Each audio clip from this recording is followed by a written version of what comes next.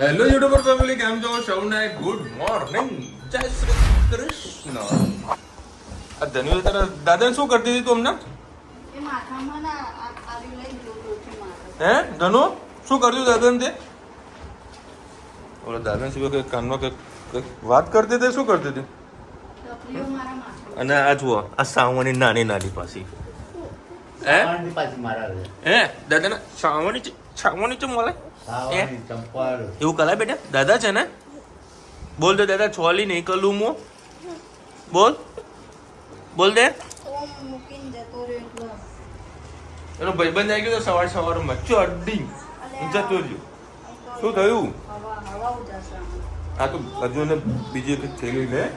અત્યારે આ વખત વેફર તળી છે બરાબર. અમદાવાદ સુધી વેફર જાય તો વળી સારું છે. ને કર્યું શું કરે હવે જશે બધું. એટલે વરસાદની સિઝન છે ને, ભલભલું થઈ જાય છે.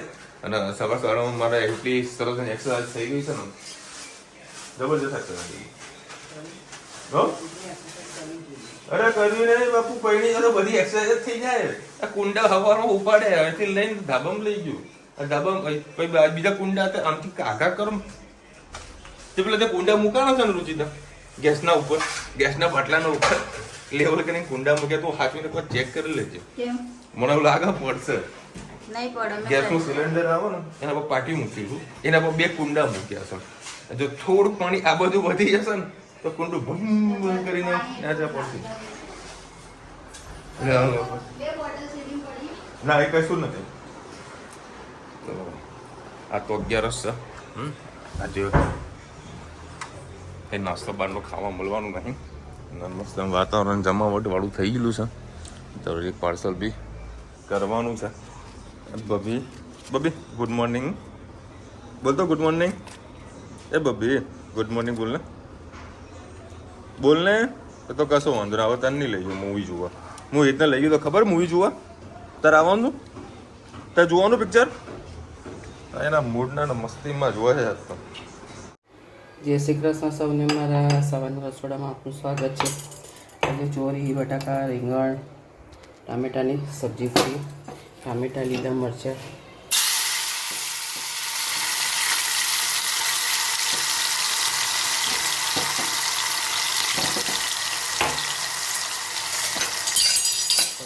મસાલો કરી દઈએ. સ્વાદ અનુસાર મીઠું, લાલ મરચું, ગરમ મસાલો, હળદર, હિંગ, ધાણા જીરું સરસ બધું મિક્સ કરી લઈએ.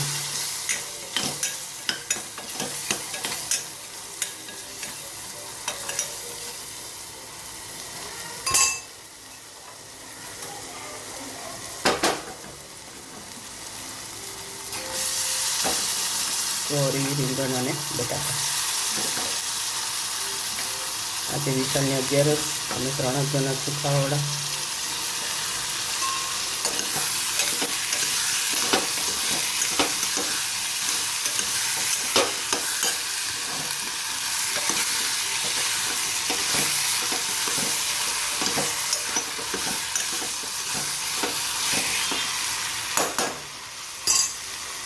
બે મિનિટ થવા દઈએ.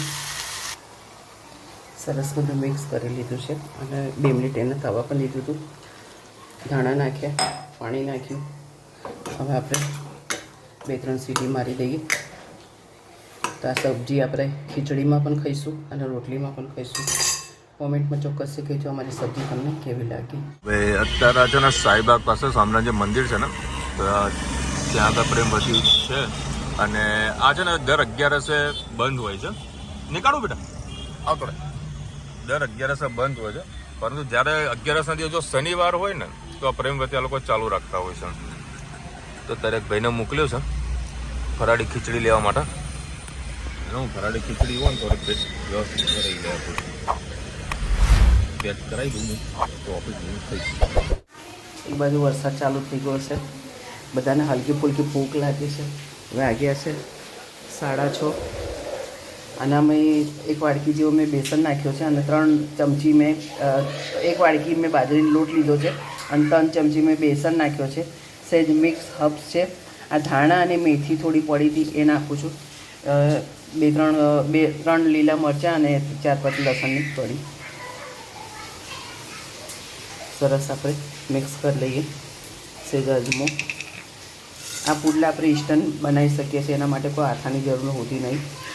હળદર, થોડું લાલ મરચું, હિંગ, ધાણા જીરું, સ્વાદ અનુસાર મીઠું, બધું સરસ આપણે મિક્સ કરી લઈએ. સરસ બધું મિક્સ કરી લઉં. તેલ મેં થોડુંક નાખી દીધું છે. તવીને મિક્સ કરી લીધું છે. થોડુંક આપણે પાથરી અને પુડલા જેવું પાતળું, જેટલું બનશે એટલું પાતળું આપણે કરીને પછી ઓવો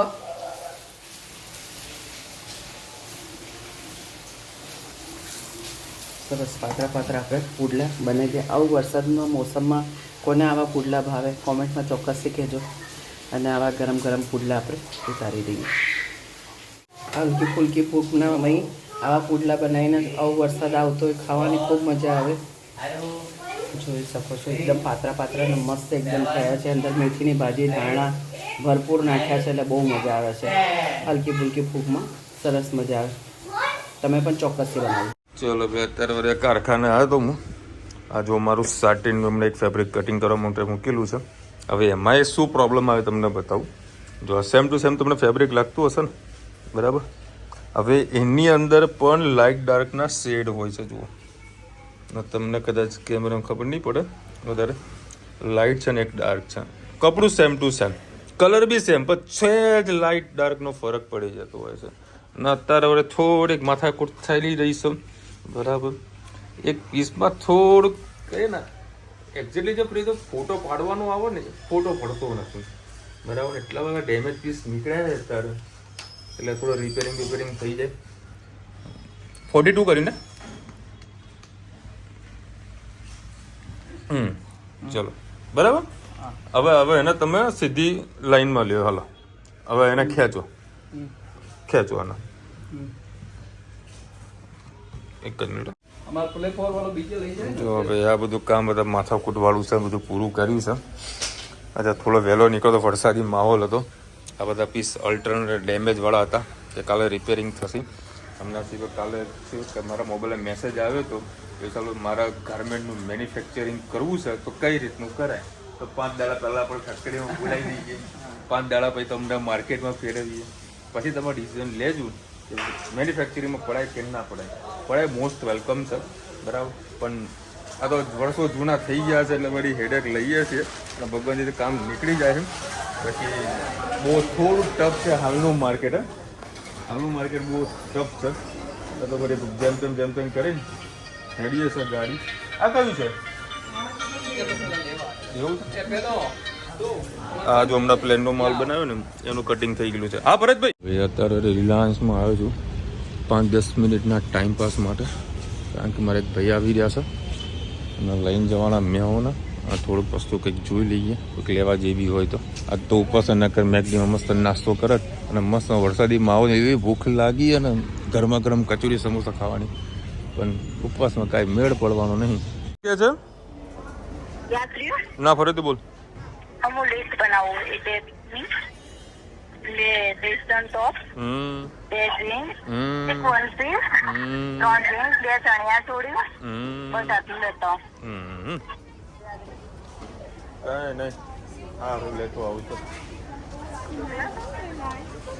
એકલો જોઉં ને તો બીજું હોય. એક મસ્ત વસ્તુ હતી આ ચણિયા ચોળીના બધું છે ચકાચક. કુર્તીઓ એક વખત તને કીધું પણ તને ગમતી નથી. આ મને ગમી એક વસ્તુ, લઈ લઉં. સરપ્રાઈઝ આપી દઉં. બોલ, સરપ્રાઈઝ આપી દઉં તને. અરે મસ્ત કલર છે બાપા, જુઓ તો ખુશ થઈ જાય. હા કાઢ લો. ચલો ભાઈ, આ બધી વસ્તુ આપણે પરચેસ કરી લીધી છે અને આમ નામ ઉપાડીને જવાની છે.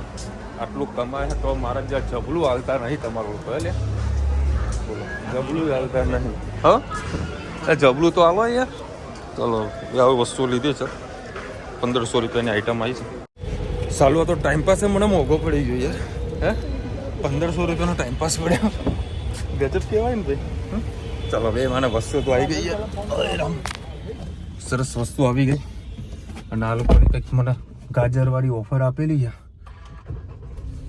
નવેમ્બરથી કંઈક ઓફર ચાલુ થશે ઓફરમાં એવું છે 1500 રૂપિયાની ઉપરની ખરીદી કરે તો 500 રૂપિયા કેશબેક સરસ સરસ બીજાની ઓફર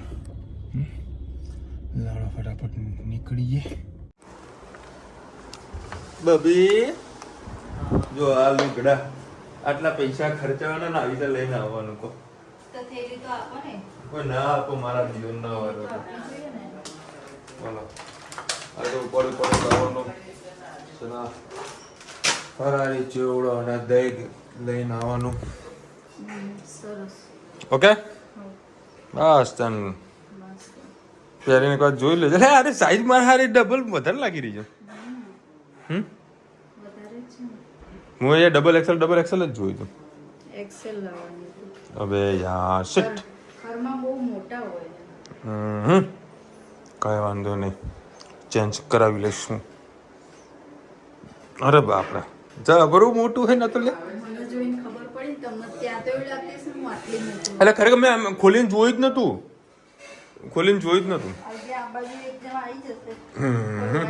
હા તો એક કામ કર 4-5 રોટલી થોડી વધારે ખા 4-5 દાડા એટલે થોડી જાડી બંભોળી થઈ જાય ટેન્શન ના લે આ લોકોને એવું કીધું 30 દિવસ સુધી તમે રિટર્ન કરી શકો છો પણ ધોયેલું ના હોવું બરાબર એટલે હવે પાછો મંડે જઈશ અને પાછું એક્શન ઉપાડતો આવીશ અને સપોઝ તમારા પૈસા રોકડા જોતા રોકડા નહીં આપે લોકો પણ એ લોકો શું એ કાર્ડ આપે છે એ બેલેન્સ ત્યાં પડેલું હોય તો 1500 તમે પછી વાપરી શકશો આ લોકો સિસ્ટમ છે ને 1500 રૂપિયાનો માથે પડે ને તમે કહો સરપ્રાઈઝ આલો સરપ્રાઈઝ ઓ સરપ્રાઈઝ ચલો ભાઈ જીરું નાખી દીધું છે પછી હવે શું નાખશું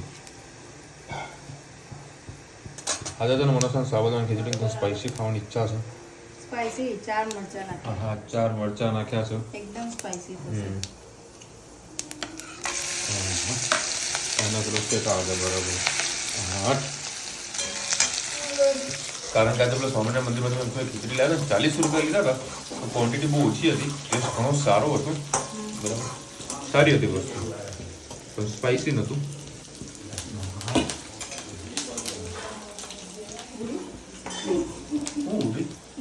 ઉડીને બીજું કંઈક ઉડ્યું કઢી લીમડો નાખી દીધો શું છે બટાકો ખાવું હાલ જરા બટાકો કાઢી ખાઈ તો મરચા નાખ નાખી દે અરે કશો વાંધો નહીં આ તો સ્પાઈસી ખાવું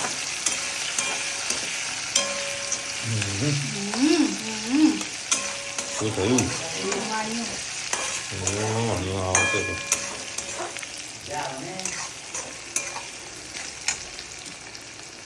જરા બટાકી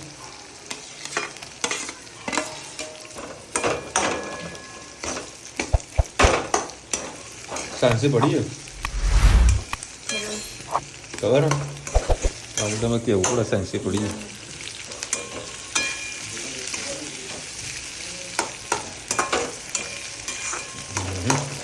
આવી રહી છે ચકાચક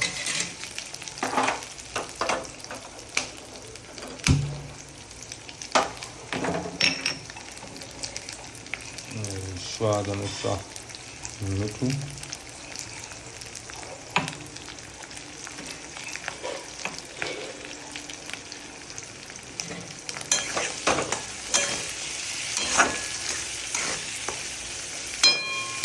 લાલી નાખો લાલી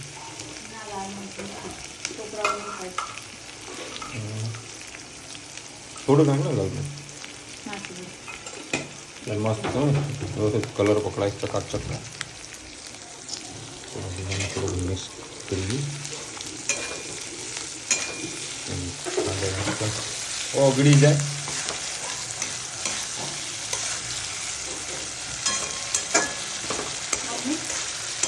આમાં કોઈ સુધારો વધારો હોય તો જરા કોમેન્ટમાં કહેજો, તો હું નેક્સ્ટ ટાઈમ આપણે મસ્ત સુધારો કરી શકીએ. શું કર્યું હતું?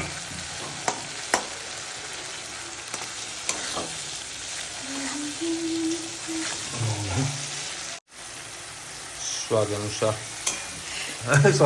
કે ધાણા ધાણા ધાણા એટલે મરચું તો નાખ, વચ્ચે ભભરાય. હા વળી માપનું મરચું નાખ્યું છે.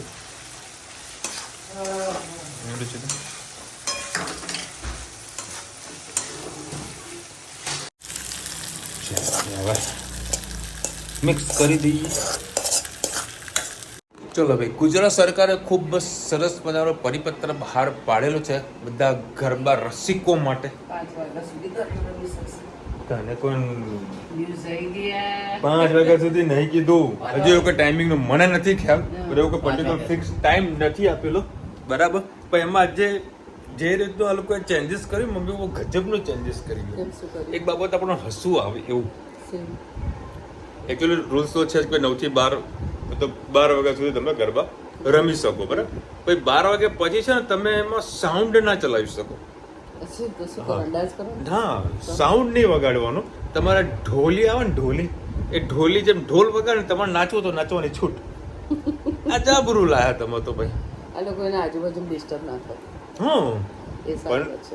હવે જ્યાં આગળ હવે માની લો કે ફોર એક્ઝામ્પલ બરોડાની વાત છે, ત્યાં આગળ જે 40 થી 50 હજાર લોકો રાસ ગરબા રમતા હોય, બરાબર. હવે ત્યાં આગળ પેલો ઢોલી બાપડો કેટલો ઢોલ વગાડી વગાડે, પણ સ્પીકરમાં જ વગાડે. પણ ના તો પાડી, સ્પીકર નહીં વગાડવાનું. તો એટલા બધા વચ્ચે 1-2 ઢોલી ના જોઈએ, તો પછી વધારે ઢોલી જોઈએ. ઢોલોને સારું કામ મળશે. ચાલો, કઈક ઢોલીને તો રોજી રોટી મળશે. કાંઈ નહીં ભલા બાપા. આ તો આપણે ગુજરાત સરકાર સારી છે કે ભાઈ પેલું કહીએ ને કે અમુક નમતું મૂકીને આ ખાડા કાન કરીને બધા એમ કે છે લોકો 3-4 કેમ કેવું પડે ખબર? એ ગુજરાત હાઈકોર્ટના કારણે કેવું પડે. નાચ્યા જ કરે. ગુજરાત હાઈકોર્ટના કારણે કેવું પડે. તાર હેલ્મેટનું કેવું ચાલી રહ્યું હોય, બરાબર. તો આપણે અમુક લોકો હેલ્મેટ પહેર્યા વગર નીકળતા હોઈએ. 2 વખત લગીન ચાલશે, ત્રીજી વખત ચાલશે તો લાયસન્સ સસ્પેન્ડ થઈ જશે. અને આ 2 જણા કોઈ કાચે સાયકલ ધોઈ છે ને તમે વરસાદમાં, હે બોલો, આજે વરસાદ વરસ્યો તો એમાં વળી આ લોકો સાયકલ ધોઈ માટીમાં રમીને આવ્યા, પાછળ નવા મકાનો બનાવતી. ઓ બેમાં સુધારીને નવા મકાનો બની રહ્યા છે. કોઈને ઇન્વેસ્ટમેન્ટ કરવા આવવું હોય તો આવી શકે છે, બરાબર. ફ્લેટ કરતા રો હાઉસ સારું. ગામ કરતા ભાવ બહુ પ્લસ છે, 10-12 લાખ રૂપિયા પ્લસ ભાવ કર્યો છે, બરાબર. વેચાવા નથી એ તો ખબર જ છે, આટલા મોંઘા કોઈ લેવાના નહીં. જય શ્રી કૃષ્ણ. સરસ પાક થતું રિક્ષા, મોજ મજા આવી રિક્ષામાં. હા હા, ખરેખર અમદાવાદમાં છે ને કંઈક ના કંઈક બધા ફોરેનર બધા આવતા ને કંઈક ના કંઈક કરતા મજા આવે યાર. બધું રિક્ષામાં મસ્ત બેન આનંદ લેતો હતો ને, એટલે ડબલમ ભરી તું ચાની કેટલી હશે કે શું એ ખબર નહીં, પણ ભરી તું ખરા.